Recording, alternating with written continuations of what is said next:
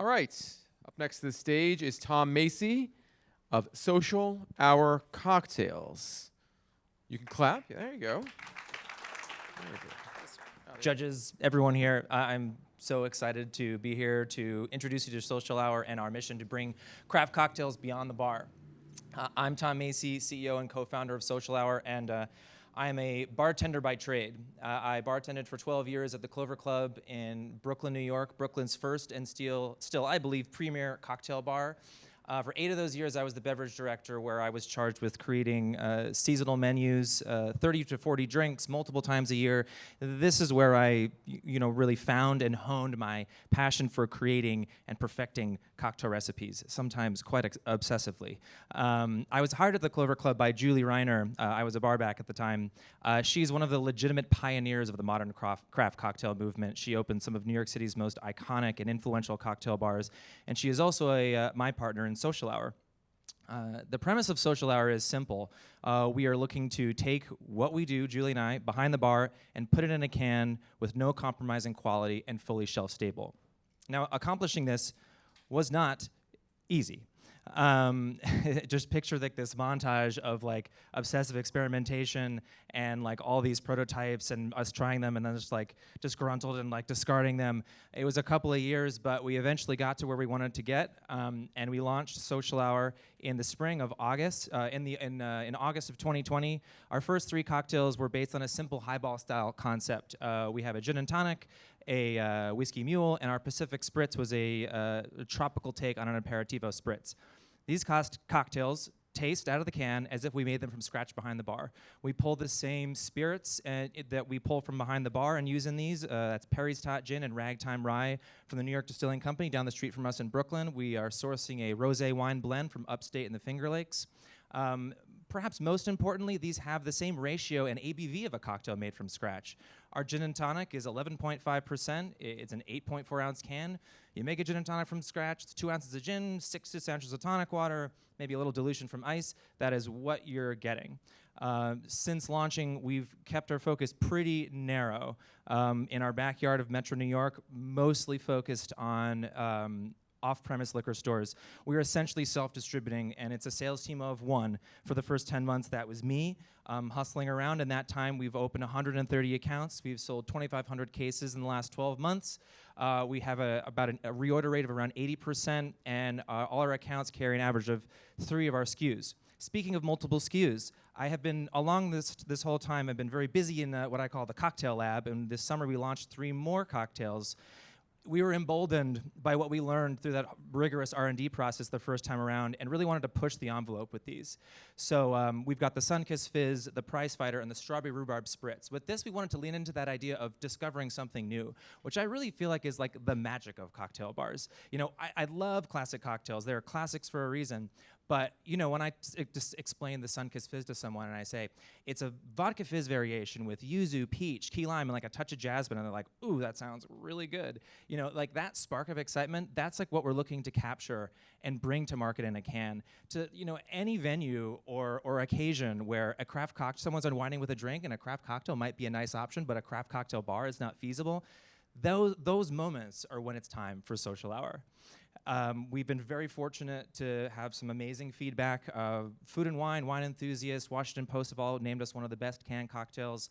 At the Ultimate Spirits Challenge this past year, we took home best in category. All of our cocktails scored 90 points or higher. Our gin and tonic scored 97 points. And I just can't help but mention that it was number 18 in the entire spirits field, and I can't help but mention that number 19 was a 31-year-old bottle of scotch. But we have not slowed down. I have stayed in the cocktail lab through this whole time, and we are actually launching next week our first limited seasonal offering in collaboration with George Dickel Whiskey. Their Bottled and Bond expression. This is 13-year-old whiskey. The Harvest Whiskey Sour is a whiskey sour variation with maple, cinnamon, a touch of cardamom, Honeycrisp apple, Meyer lemon. It's 20% ABV. It's not carbonated. It's a huge step towards our mission of bringing a craft cocktail experience to anywhere outside of a bar. We're posed for some really big strides in 2022, but I think what I'm most excited for is just this category and our opportunity to contribute to it. You know, it's a unique moment for RTDs and the RTD category, and I feel like Social Hour Cocktails has all the right ingredients to meet it. Thank you.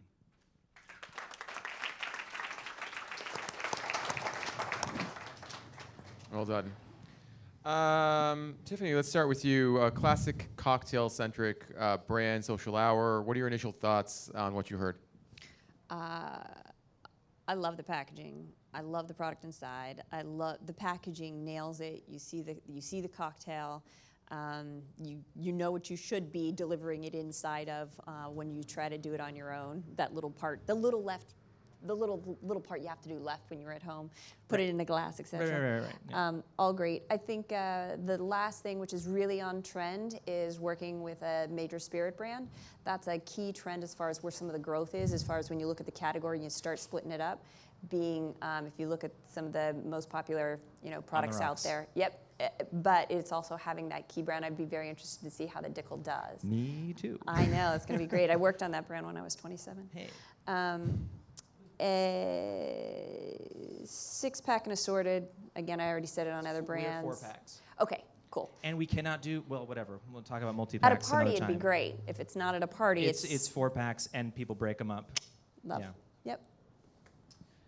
Carlson, I think I saw some pretty interesting ingredients, at least for ready-to-drink cocktails in here. Fernet was one of the ingredients in here? Yeah, and the Prize Fighter, yeah. Do you see these types of ingredients as scalable? Do you think that there's a broad mainstream opportunity for some of these products? Well, first of all, I'm definitely ready to back a specialty facility that'll make variety packs if you want to, because you seem to be very variety pack centric. So that I'm willing to sign on right now. Adjacent technologies, right? Adjacent technologies.